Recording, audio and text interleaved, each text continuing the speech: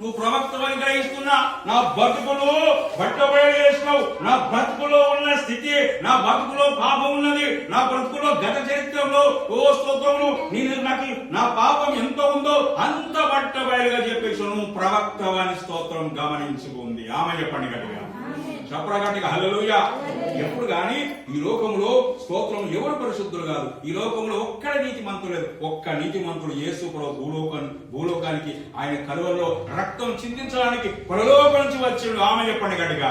ఆయన నామన భూలోకంలో నీతి మంతులైన కాస్తో కూస్తో అజయ్లో నీతి ఉందంటే అది మన నీతి కాదు, అది స్వనీతి కాదు. యేసయ్య రక్తం చేత కడగబడిన తరువాత ఆయన అభిషేకించాడు కనుక ఆయన నీతి మనలో దాగి ఉన్నది. ఒక్కొక్కరిలో నీతి ఉంటే అది నీ నీతి కాదు, అది యేసయ్య నీతి. ఆమె చెప్పండి గట్టిగా, చెప్పరగట్టిగా హల్లెలూయా. అందుకోసమే ఆ స్త్రీ మారిపోయింది. అయ్యా నా బతుకును అంతా చెప్పేసిను, నిజంగా నువ్వు ప్రవక్తవు. ఆమె చెప్పండి గట్టిగా. ప్రవక్త అన్ని చెప్తాడు. ప్రవక్త మొత్తము నీ బ్రతుకు చెప్తాడు, నీ బ్రతుకుల జరిగేది చెప్తాడు. అందుకోసమే ఈ యొక్క స్తోత్రములు క్రిస్మస్ సందర్భంలో మన బ్రతుకుల్లో ఏమైనా దాసపడ్డదా? పాత పాపం అంటే కదా, పాత పాపం. గత సంవత్సరం తొక్కుంటే ఉంచుకుంటాం, మునిగిపోయితే పడేస్తాం, కొత్తది ఫ్రెష్ పెట్టుకుంటాం. ఆమె చెప్పండి గట్టిగా కదా. ఈరోజు కూర అనుకుంటే రేపు ఉంచుతాం. అలాగనే పాత పాపం, పాత అన్యాయం, పాత అన్ని ఉంచుకున్నాం అనుకో అది నీకు ఎంతైనా ప్రమాదం. అందుకోసమే క్రిస్మస్ ఆరాధనలో స్తోత్రం క్రీస్తుని ఆరాధన చేస్తున్నాం మనం. ఆమె చెప్పండి గట్టిగా. ఎవరైనా క్రీస్తుని ఆరాధన చేసినప్పుడు ఆయన శక్తి నీ మీదకి వస్తుంది, ఆయన బలము నీ మీదకి వస్తుంది, ఆయన అభిషేకం నీ మీదకి వచ్చినప్పుడు ఏమని జరుగుతుందంటే ఈ స్త్రీ కూడా మారిపోతుంది. ఆమె చెప్పండి గట్టిగా, చెప్పండి గట్టిగా హల్లెలూయా. మారిపోయి ఏం జరిగిందిరా? ఈమె నేను ప్రవక్తను కనుగొన్నా, నీళ్లు పోస్తాన సంగతి మర్చిపోయింది. ఇప్పుడు ఈమె పరిగెత్తుకుపోతుంది. ఎక్కడికి పోతుందిరా? నేను ప్రవక్తను కనుగొన్నా అని తోస్తుంది. ఈ పక్క రానా, ఈ పక్క చూడు, ఈ పక్క జంపియదన్న క్రీస్తునబడిన మెస్సయ్యను ఎరుగుదును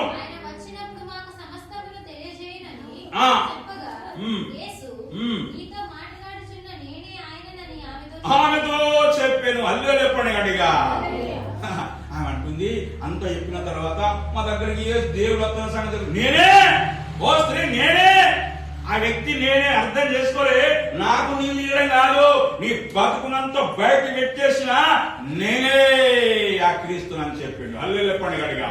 కాబట్టి ఈ సందర్భంలో మనం ఇక్కడి నుంచి ఒక పాఠం నేర్చుకోవాలి. ఇంతకాలం మనం యేసుని అంగీకరించినాం, ఇంతకాలం మనం దేవుడిని ప్రేమిస్తున్నాం, ఇంతకాలం రక్షణ పొందుకున్నాం, మారవలసి పొందుకున్నాం, చర్చికి వస్తున్నాం, ఆరాధనకు వస్తున్నాం, మంచిదే. కానీ క్రీస్తును కనుగొనాలి మనం. హల్లెలూయా గట్టిగా. ఆ యేసు ప్రభు రక్షకుడు, మన పాపాన్ని కడిగే రక్షకుడు. అందరూ రక్షకుడు చెప్పండి. రక్షకుడు, రక్షకుడు అంటే రక్షించేవాడు. ఆమె చెప్పండి గట్టిగా.